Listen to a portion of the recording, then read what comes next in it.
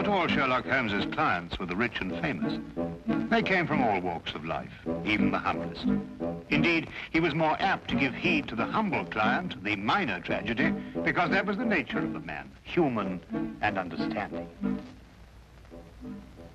Yeah, hang it all, Holmes. Let me have a look. After all, I did buy the beastly thing. Why don't you wait for moving pictures, Watson? Much more interesting, you know. Pictures that move? Ridiculous. I'm not being ridiculous. They've already been invented by a Frenchman named Lumiere, and an American Edison seems to have made it quite practical. Absurd. He'll never get anywhere with them, you'll see. Not commercially anyway. Nobody will be interested. Come in.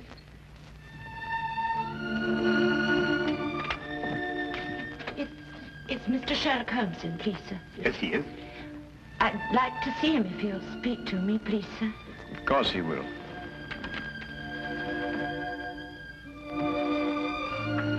This is Mr. Sherlock Holmes. I'm Dr. Watson. Mrs. sir? Mrs. Jessie Hooper. Oh, come now, my dear. It's not as bad as that. It's Billy, sir. My husband. He's dead. Oh, my dear. Here, come and sit down and tell us about it. Get a cup of tea, Watson. They say he hanged himself, sir, 3 days ago in a hotel in Glasgow. Oh, yes, I remember. William Hooper, a traveling salesman with Whipple Brothers, I believe. Yes, sir. Brooms and brushes. He was on his last job for the firm. They were letting him go. Yes, sir, but Billy would have found another job. He wasn't afraid to work. Of course he wasn't. He didn't hang himself, sir. He didn't. Jessie, I believe you have a baby. Yes, sir. 6 months old. Is there any insurance? Yes, sir, but they say because Billy hanged himself. The policy won't be paid. Tell me, Jessie, when did you last see Billy? On the day he went out to Glasgow, on the train. I went out part of the way with him to Doncaster. To cheer him up, I take it. Yes, sir. He was so upset about losing his job, about it being his last trip for Whipples. Yes, of course, I understand. Was he in a more cheerful frame of mind when you left the train at Doncaster? Oh, yes, sir. We had ever such a jolly time. There was a gentleman in the compartment who was so funny he kept us in stitches. When he laughed, you just couldn't help laughing with him. I see. Was there anyone who might have benefited by his death? No, sir. No one at all. Was he a native of London? No, sir. He came from Exbar. That's a little village in Cornwall. I see. Well, I can't promise anything, Mrs. Hooper, but I'll certainly do my best. Now, where can I get in touch with you? Number 26 Western Lane. And sir, there's something I must tell you. Yes, Jessie? I'm not very well off, and what with the expenses of the baby and... Oh, never mind, never mind. There's no fee. Oh, thank you, sir.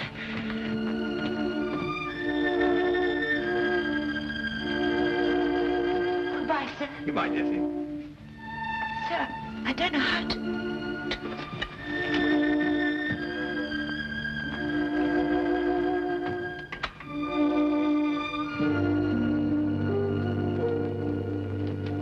Holmes, how did you know so much about William Hooper? I read about it in the papers, Watson. One of those domestic tragedies that become buried in the back page.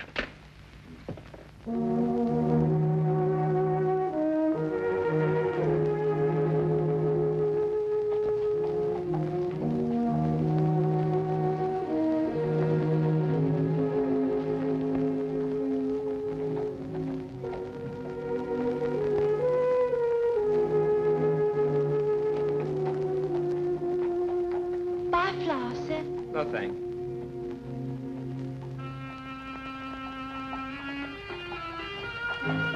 Flowers, sir. Flowers for your missus. Got any stinging nettles?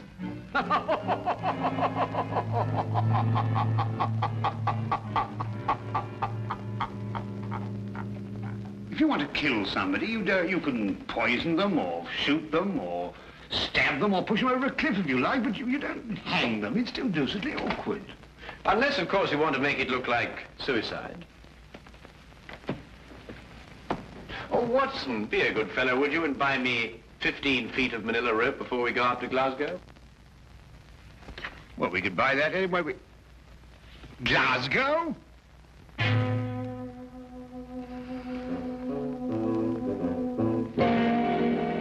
You know, Mr. Holmes, I'm only allowing you to see this rope because my cousin, Inspector Lestrade, asked me to. He tells me you've been a wee thing useful to him down there in London from time to time. Well, that's very kind of you to say so, Inspector McDougal. I'm sure that your cousin would appreciate that. Well, there it is. Nothing but an ordinary rope. Nothing unusual about it at all.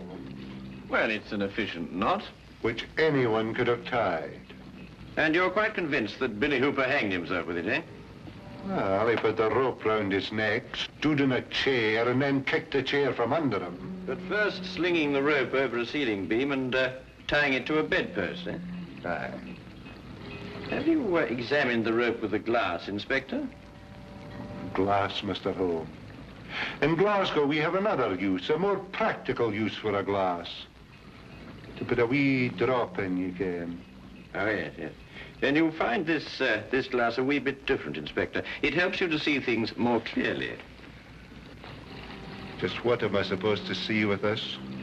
That the fibers on the rope that were slung over the beam point towards the noose. Yeah, I can see which way they point, but I can't see the point of them. Ah, well. You will, Inspector. Now I should like to have a look at Billy Hooper's shoes and the room in which he was supposed to have hanged himself. Mr. Holmes, I'm beginning to have a great deal of sympathy for my cousin, Inspector Lestrade, to say nothing of the entire London police force.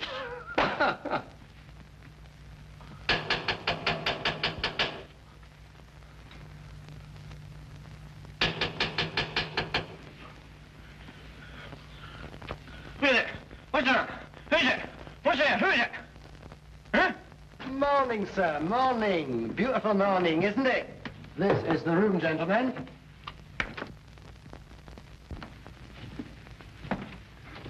This is the beam, I presume, over which the rope was slung. And this is the bedpost the laddie tied the rope to. Interesting. Just a little routine detection, sir. Why don't you go back to sleep? Watson, let me have the rope you bought in London, would you? Yes.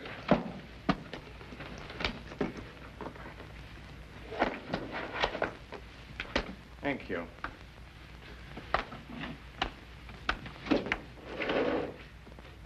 Now, would you come and stand under the noose? Just a minute, Holmes. What are you up to? Mr. Holmes, I'm afraid I can't allow you to hang your friend in my presence. Oh, very well. I only wanted to make the demonstration as graphic as possible. Would you hold it, Watson? Now, observe the rope, Inspector, passing over the beam as I hoist Watson up. What is all this in aid of? Oh, just an experiment, Watson. I believe you put on a bit of weight, old chap. This nonsense in aid of. Let's have a look at the rope. Inspector, observe that part of the rope which passed over the beam. You will note that the fibers point towards the noose. Exactly like the fibers of the rope Hooper was hanged with. So they do. But if he had hanged himself by kicking the chair from under him, his body dropping down would have caused the fibers to bend in the opposite direction, away from the noose. I've got it, Holmes. And because the fibers bend towards the noose, therefore, Hooper must have been pulled upwards. And since he obviously didn't pull himself up, someone else must have. And that is murder. Murder? What are you talking about? The late William Hooper, sir. Mr. Holmes here, by a brilliant feat of detection, has just proved conclusively that he was hanged here, in this very room. Hanged in this very room? Let me go in here.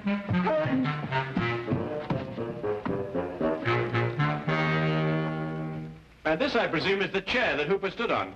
That's it. Yeah, there are no scratches on the seat. And there was a nail sticking out of Hooper's right shoe. Further evidence if you require any, Inspector. Ah, fragments of glass. Was there a broken drinking glass found on the floor, Inspector? No, nothing at all. Oh, I expect the murderer tied it up after him. But I think that we'll discover that he gave Hooper a drink with a drug in it. Rather difficult to analyze at the moment, but I shall have a look into it.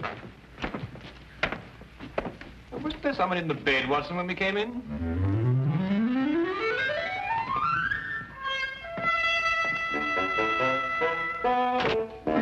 John Carver, 28 Minute Road, Birmingham. Henry Hampton, 76 Casket...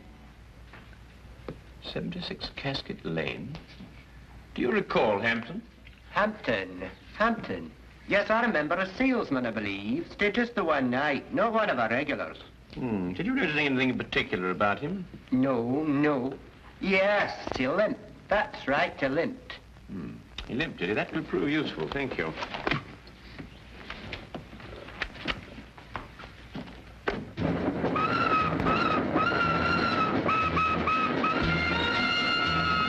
Aside from the fact that Hooper was murdered, what else do we learn in Glasgow? Well, Watson, that the man who registered under the fictitious name of Henry Hampton of 76 Casket Lane is the murderer. Oh, I see. A salesman just happened to be wandering about with a length of manila rope on him. Yes, of course. Didn't you know? He's a rope salesman. But hang it all, Holmes, at least 50 people registered at the hotel that night. What makes you pick on this Hampton chap? Because, my dear fellow, an elementary geographical knowledge of London would tell you that the even numbers in Casket Lane stop in the 60s. Number 76 is obviously a figment of Mr. Hampton's imagination. I see. But then, if both his name and his address are false, where are we going to start looking for him? We begin, obviously, with a trip to Exbar, Billy's birthplace in Cornwall. Now I'll tell you one. About the chap who woke up one morning with an elephant trunk instead of his nose. Began the day by blowing his own trumpet. Anyway, it's nonsense. The murderer be the other side of the world by now.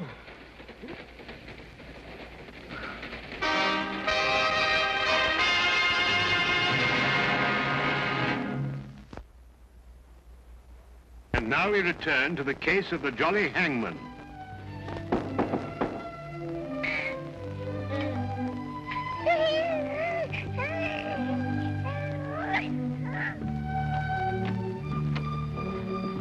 Mr. Holmes. Dr. Watson. Good morning, Jessie. I hope we haven't interrupted your household chores. Oh, no, sir. Please come in. Thank you. So that's a little man, eh? Yes, sir, that's little Billy. Oh, I say, Holmes, look at that chest, too. Look at these biceps. Yes, Watson, and look at that nice high forehead and that well-developed cranium. Won't you have some tea, sir? I'm sorry, Jessie, but I'm afraid we won't have time. We've come to ask you a few questions about your husband. Yes. Please sit down. Thank you. Dr. Watson and I have just come back from Exbar. It occurred to me that the seeds of what happened in Glasgow were sown in the past. We learned, Jessie, that when Billy was 7 years old, his grandfather was murdered. Did you know that? No, sir. Billy never told me. I can understand that. He was a sensitive young man, and he wouldn't want to burden you with a gruesome story. What happened, sir? Well, at that time, Billy was living alone with his grandfather on an isolated farm. One night, the old man gave shelter to a stranger. The following morning, Billy's grandfather was found murdered, and Billy was discovered incoherent with fear, hiding in a shed. The murderer was never identified. The only thing that Billy could tell the police was that the man limped. Exactly, Watson. However, years passed. The murderer felt comparatively safe. There was only one person in the world who could identify him. The man who once had been that 7-year-old boy. And he probably thought the little boy'd forget anyway. But the little boy didn't forget. The memory remained here, dormant for many years, until it was reawakened in Glasgow. Oh, that window. It's too dark, don't it? Always dropping shut like that. Billy was going to fix it. In Glasgow, sir? Yes, where he encountered the murderer. The memory began to stir, perhaps awakened by that limp. And the murderer began to realize that sooner or later, Billy would remember and identify him. Now I understand. Understand what? Billy's nightmares. Oh, such frightful ones he'd always have. Moaning something about a hobble. Of course, a hobble, a limp. But he could never remember what the nightmares were about. Did Billy ever mention meeting a man who limped? No, sir, never. Then I believe, Watson, we can conclude that Billy had never met the man before the chance encounter in Glasgow. Oh, I'm sure he hadn't, sir. So the signs still point to our mysterious Mr. Hampton. Who's Mr. Hampton, sir? A gentleman I very much wish to lay my hands on. And I will. You may be sure of that, Jessie. My feet are kidding me. How many more of these companies have we got to see? Oh, chin up, old chap. Only about a dozen or so. Well, can't we cover them in a hansom? What? A hansom cab on a beautiful day like this? Oh, don't be silly.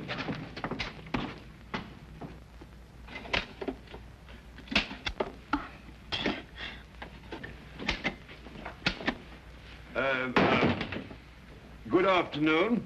Do you use a colon or a semicolon after, dear sir? Oh, colon, miss. Now, come along, Holmes. You know better than that. A semicolon, young lady. But I can't find either. Tell me, is your sales manager in? A sales manager? That'd be Mr. Thornton, wouldn't it? Or Mr. Baxter? Yes, Mr. Baxter. Did you have an appointment with him? No. Must we have one? I don't know. I'll ask him.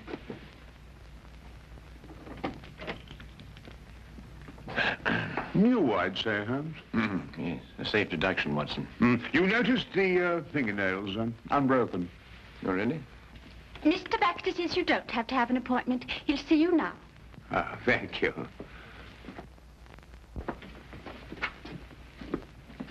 Good afternoon, gentlemen. Good afternoon. And what may I do for you? Good afternoon. My name's Dr. Watson, and this is Mr. Sherlock Holmes. Sherlock Holmes, eh? Oh, this is an honor. Not here to arrest anyone, though, I hope. Would it be an imposition to ask for your salesman's itinerary during, let's say, the last few weeks? The cities they've covered? No sooner asked than done, as the genie said. Oh, must be in the file drawer. Our road chart, you know. Dr. Watson, would you mind getting it? It's in the drawer over there. Yes, of course I will. The brown folder. Yes, that's it. Thank you.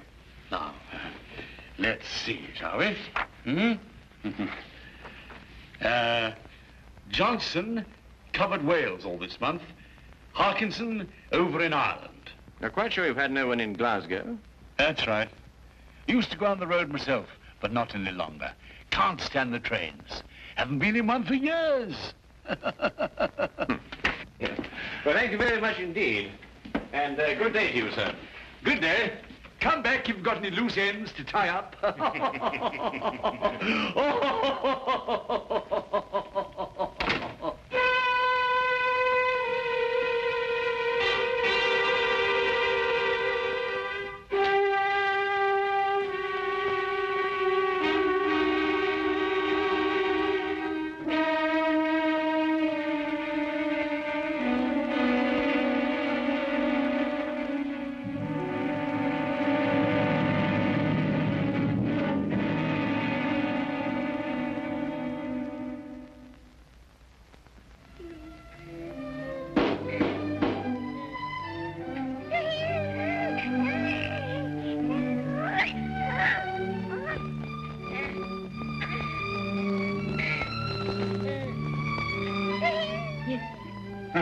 Good afternoon, Mrs. Hooper.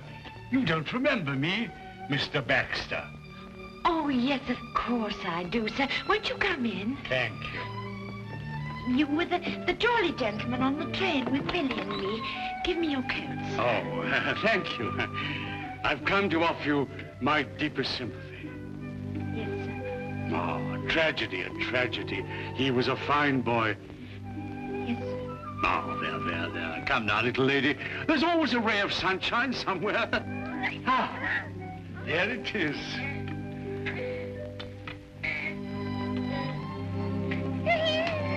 A little bundle of happiness. A joy and blessing for you. You'll always have...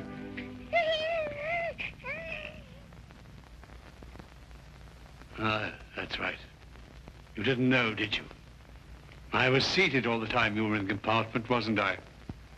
Well, just goes to show you, we all have our trials and tribulations. Yes, sir. Oh, but here am I, forgetting what I came for. How'd you like a job, little lady, and someone to take care of the baby? Oh, sir. Then let's have a cup of tea and talk about it, shall we? Oh, sir, I don't know how to thank you. I'll do anything. I'll send you to a secretarial school, and then you'll be my secretary. Oh, sir, that would be wonderful. You know, I didn't know how I was going to manage. Oh.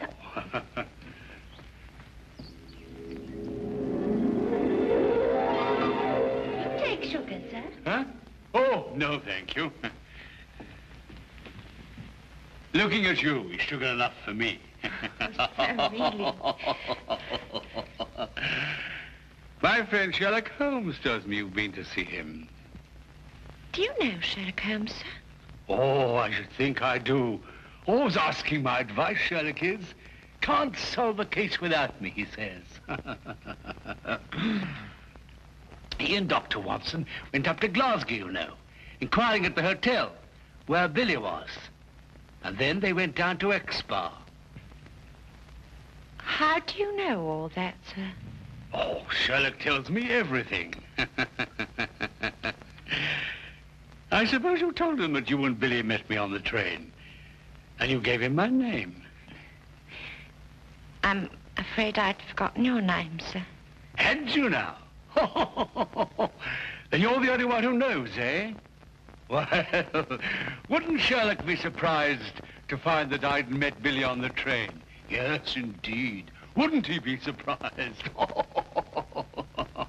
Yes, sir. Now, drink up your tea, and we'll talk about your new job. Huh?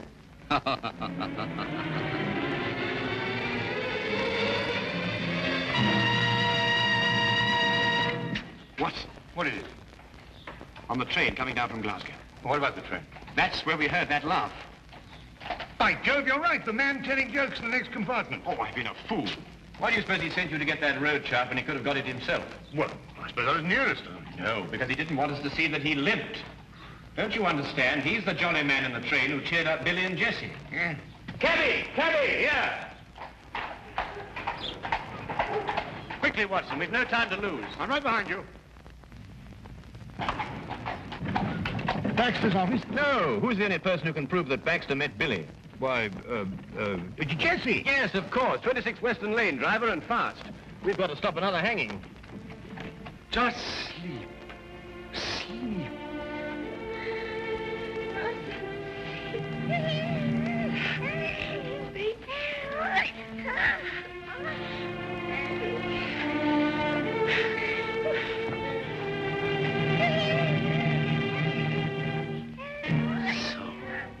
You had to go to Sherlock Holmes, eh? Couldn't leave well alone, could you? You're just like your husband in that. He couldn't let sleeping dogs lie either. The way he looked when he saw me walk out of the train at Glasgow. Well, maybe he wouldn't have remembered my limp from that night, and maybe he would. No point in taking chances. I don't believe in taking chances. Mrs. Hooper? Mrs. Hooper! It's Sherlock Holmes. Open the door. Mrs. Hooper! Jessie, it's Sherlock Holmes. Open the door. Jessie, open the door. All right, Watson, break it down.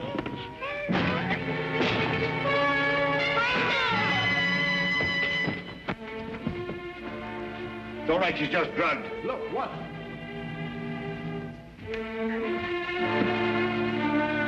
Oh, no.